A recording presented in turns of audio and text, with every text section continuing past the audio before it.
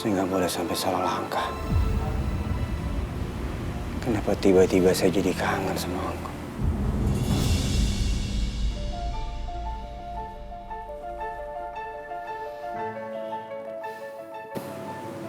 Semoga Anggun mau angkat.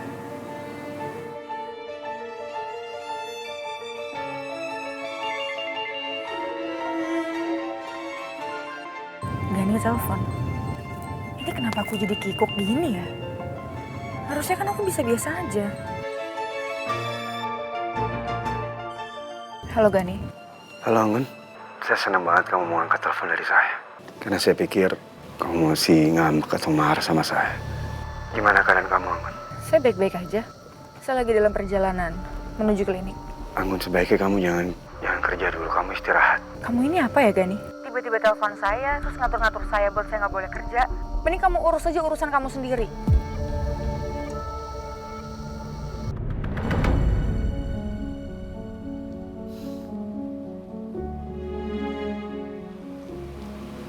Walaupun dia galak sama saya, kenapa malah kelakuan itu membuat saya makin cinta sama dia? Semakin membuat saya penasaran untuk mendapatkan hatinya Anggun.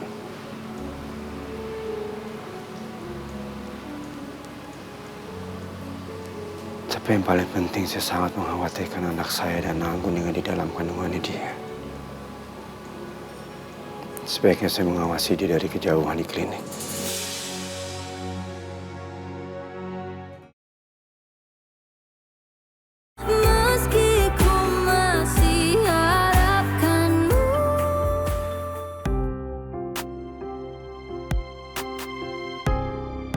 Pak Dipta tidur semalaman di sini.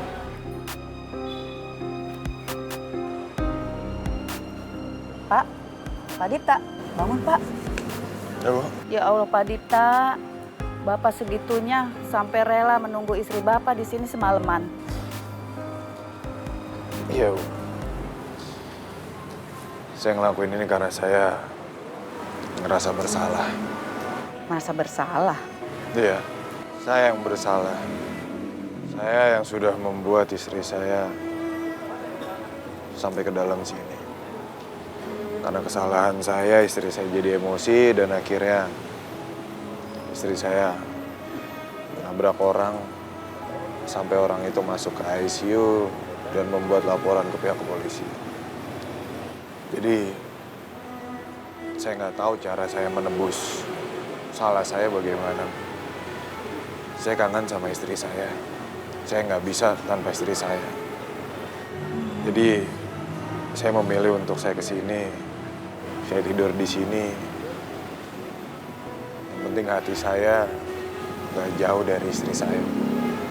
Oh, seandainya suami saya begitu besar perhatian dan pengorbanannya seperti Bapak, tentu saya akan bahagia sekali. Semua orang tercipta di dunia ini memiliki karakter dan juga watak yang berbeda-beda. Mungkin suami ibu juga punya cara menyatakan cintanya sendiri. Tapi kalau untuk saya, ini cara saya. Iya juga sih, Pak.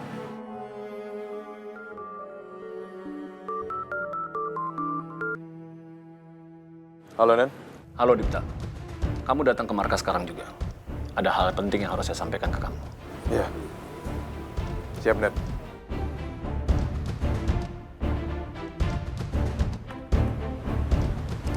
Maaf, Bu. Saya izin dulu, saya harus pamit. Saya ada panggilan dari komandan. Oh, siap Pak. Silakan. Saya titip istri saya ya. Oh, baik Pak. Silakan. Saya permisi.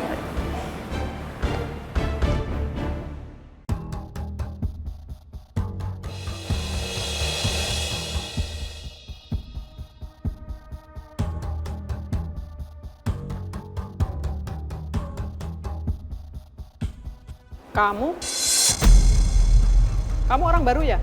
Kok saya nggak pernah lihat kamu? Iya Bu, saya baru ditugaskan untuk bersih-bersih di sini. Oh ya sudah, kalau begitu kamu lanjutkan pekerjaan kamu. Iya baik Bu.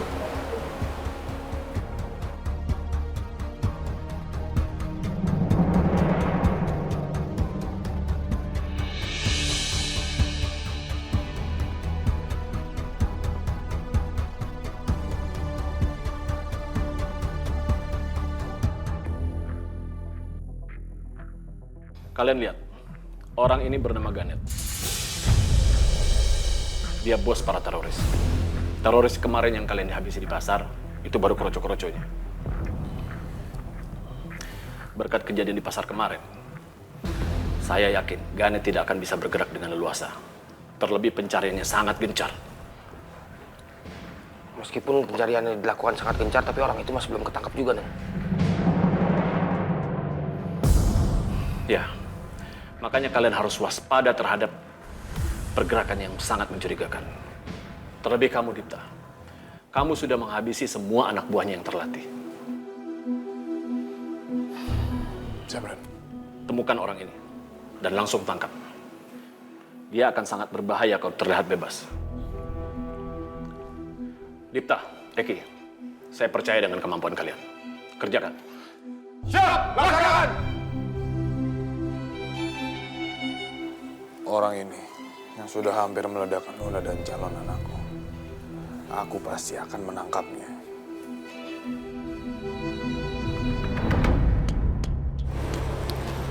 Wanita yang bernama Nuna ada di sel tahanan wanita. Ada ventilasi udara yang ada di sel tahanan wanita. Ini bayaran lo. Terima kasih. Kita harus lapor semuanya sekarang ke Bos Ganet. Oke, ayo.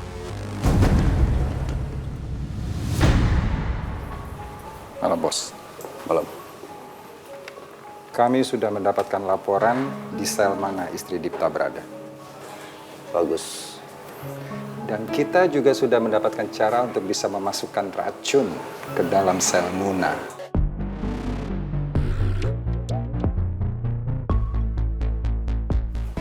Pastikan Nuna mati karena menghirup gas ini.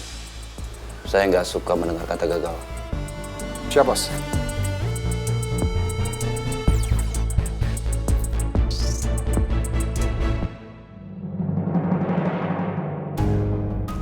Teror yang mereka lakuin ini benar-benar terarah kayaknya.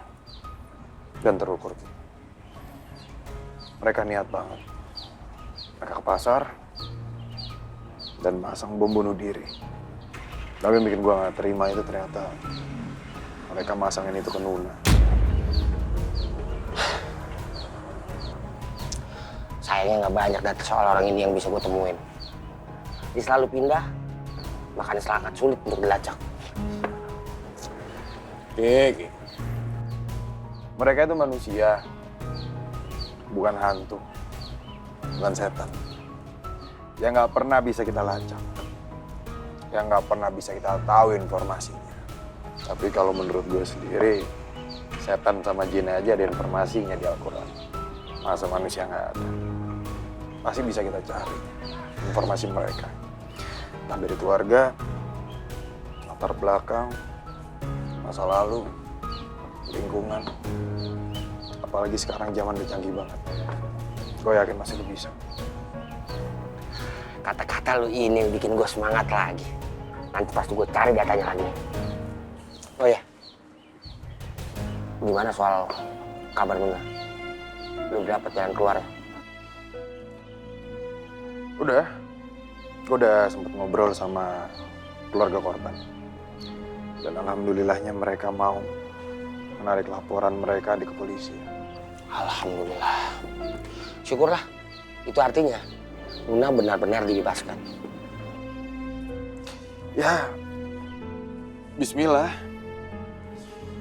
Kalau emang ternyata udah jalannya Allah dan atas izin Allah, Nuna dibebasin dari penjara, gue pasti bersyukur banget. Karena sekarang aduh banyak banget pikiran gue yang buat gue stres. Apalagi Safa itu selalu nanyain mamanya di mana. Karena mau gimana pun seorang anak kan gak akan pernah bisa terpisah sama ibunya. Ya, aku paham sih apa yang lo maksud. Lo sabar ya.